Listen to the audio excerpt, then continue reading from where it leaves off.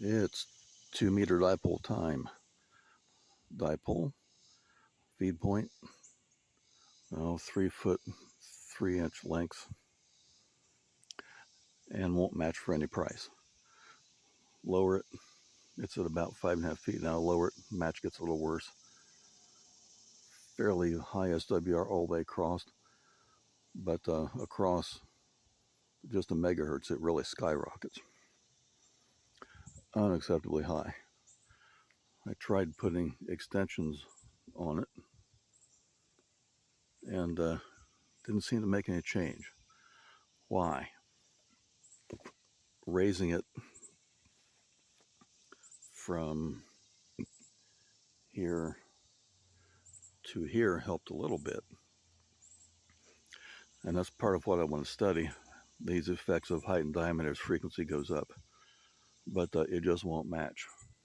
Now what I did is something that's probably not kosher, and put that link wire there.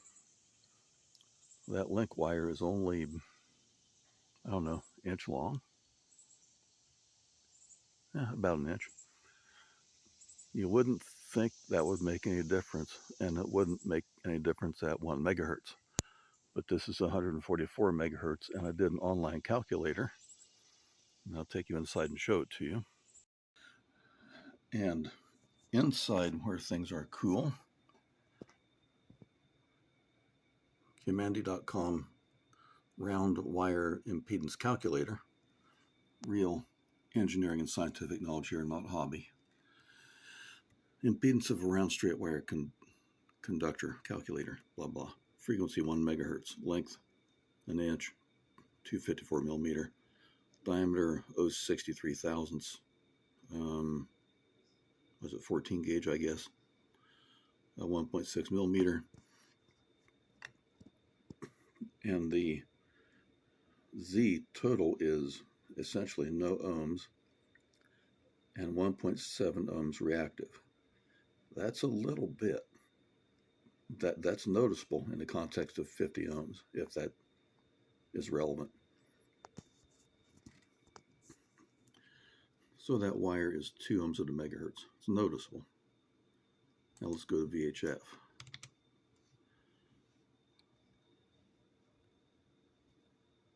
And watch the bottom line. Oops. 250 ohms. I made a mistake. 1 inch is 2.54 centimeter, 25.4 millimeter. I had too many decimal places in there. So let's go back to 1 megahertz. And so total Z 0.001, nothing. Okay, correcting my mistake. An inch is 25.4 millimeter at 148 megahertz. That innocent looking piece of wire is 15 ohms reactive. That's a lot. The antenna wires are otherwise identical, but the one with the short jumper wire is slightly longer by an inch. Really not good. But there's another 15 ohms reactive, for whatever that's worth, in one arm. That's not good.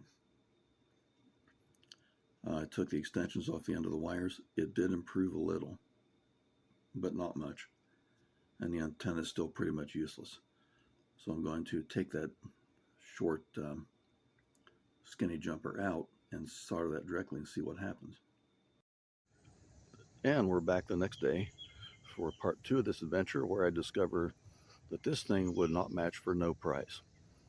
I took a little short piece of wire out and soldered the, this works pretty well.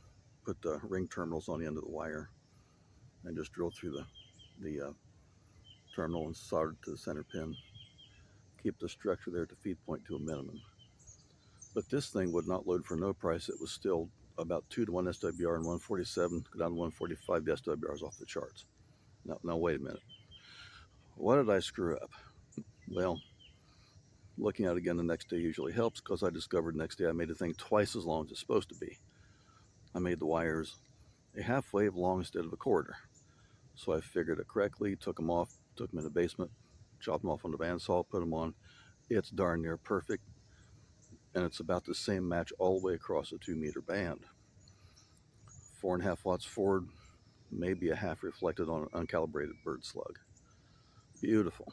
Now the height is off a little bit. This goes to show why we cannot make dipoles and wire antennas a wavelength long. We cannot make loops. We cannot stretch out 300 feet of wire and pretend like it's an antenna. The only length that works is a quarter wave time long for energy coming from the feed point, going to the end of the wire and reflecting and heading back towards the feed point. That path from the feed point to the end of each wire must be a quarter wave time long for whatever frequency it is. And as I showed you in a previous antenna video, that is shortened by a factor of the velocity of propagation through the air between the wire and the ground. No other length will work. Now this thing had a 2-to-1 SWR on the top of the 2-meter band. Nothing I did changed it significantly. Now somebody could make the mistake of thinking, well, they could throw a tuner on it, and it's going to be permanently screwed up and won't work. Why is this the only length? Well, the way antenna emission works is that charges come off the feed point and travel along each wire. There are also charges on the ground. And when the energy escapes the feed point and starts heading out the wire, that makes fields between the wire and the ground. Those are called near fields. And contrary to the lies and the myths of the NVIS crowd, fields do not couple from the wire to the ground and bounce off up in the sky. That is a lie. That's a myth made up to try to explain NVIS. It does not work that way. The near fields, by Gauss's law, are coupled, connected to the wire and the ground. They don't go bouncing off into the atmosphere. What causes that energy to take off and go through the atmosphere is the 2 waves on each wire, an incident wave from the feed point going to the end, which then returns toward the feed point, and the next portion of the wave coming out, and those 2 waves colliding. If you throw rocks in the water and watch the wave patterns as they interfere, that's pretty much what's happening. And that is what causes antenna emission. And when the length is precisely 1/4 wave time for velocity of propagation through air, then that process is optimized. And it doesn't make a little difference, it makes an extreme difference. And that extreme difference is how, with my 40 dipole, I was able to work 160 miles with 1.04 milliwatts. Ain't nobody else can do it. It's got to be exact. The frequency is dependent or related to the length of the wires. They must be the same length.